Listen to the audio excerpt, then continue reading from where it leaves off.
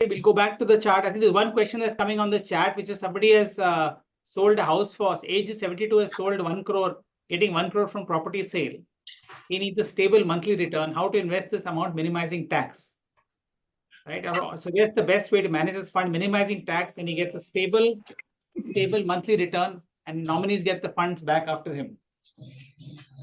So I'll try and take a crack, and then maybe you can add, Tarun. I think 72 years old, you're selling a property. So one is you'll have to pay capital gains income. So depending, you'll have to first calculate what is the gain from the sale. So depending on how much you paid for the property, there'll be an indexation done and a calculation done of how much is the gain. So let's assume the gain is, I don't know, 20 lakhs. On that 20 lakhs, you'll have to pay capital gains tax, which is typically approximately 20, little over 20%, depending on your tax slab. Thereafter, whatever money is left over, let's call it 90 lakhs is left over, 95 lakhs that's left over. That money can be invested into to generate a monthly income. Now there you have to think about what other assets you have to decide how to invest it. And we talked about this on this webinar many times, but if you have very little other money, then and your age, you probably would want to invest it largely in fixed deposits, which are safe, because otherwise put in equities can be quite volatile. And so fixed deposits are subject to the full tax rate of your slab rate, but hopefully if it's 1 crore and you're earning 7% on that, that's 7 lakhs a year. That will be below the taxable limit for you, and hopefully then you don't have any tax at all. But if you have much more money than that, then we have to look at the specifics of your case to see how to invest that money. Because if you call it 10 crores or more, and you don't need all of that, maybe you will put part of this in equities also, and then you earn, of course, no tax on equities liable until you sell the equities. So that is much better option if you have a lot more money available.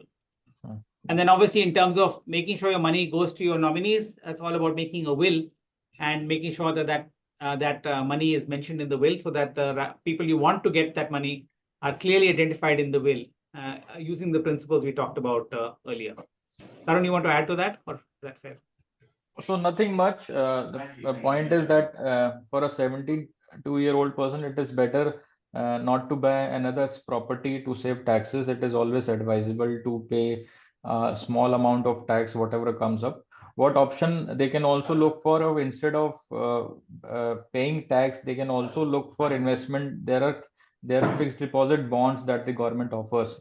They can invest in that. After 5 years, the money becomes free, and the money is all with them to give it to their children, to their wives, and etc. etc. Yeah, the only catch with that is that money is tied up for 6 years. You cannot access it. So until you're age 78, you will not be able to touch the money. So if you're planning to live till 78, that's fine.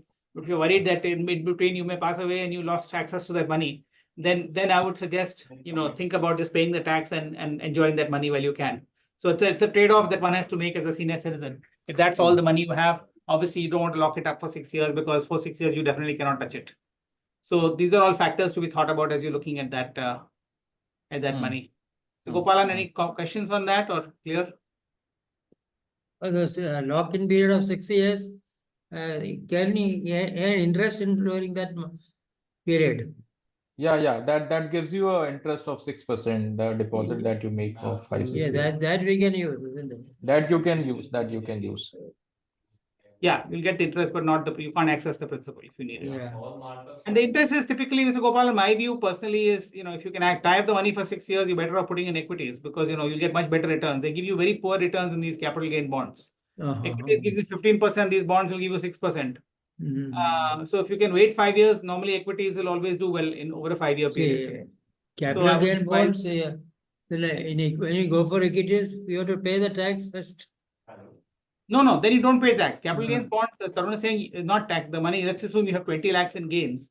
You only put the 20 lakhs in that, and that, you don't pay tax on that. Okay. And that's another good point. You only don't need to put the principal, only the interest, only the gain. Only the gains. And even if you don't want to put 20 lakhs, you put 10 lakh rupees, so you pay tax on 10 lakhs only. Okay.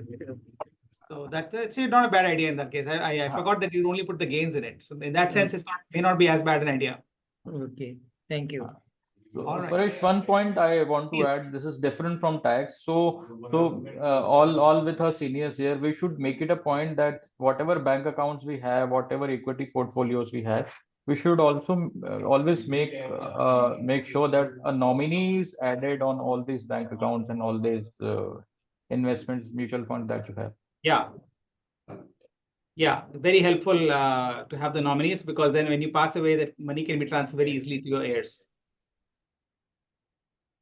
हमें उम्मीद है कि आपको यह video अच्छा लगा। हम बहुत रेगुलरली मनी मैटर्स, हेल्थ और एंटरटेनमेंट पर सीनियर सिटीजन्स के लिए एक्सक्लूसिव वीडियोस रिलीज करते हैं। यदि आप हमारे नए वीडियोस को मिस नहीं करना चाहते तो नीचे दिए गए सब्सक्राइब बटन पर क्लिक करें।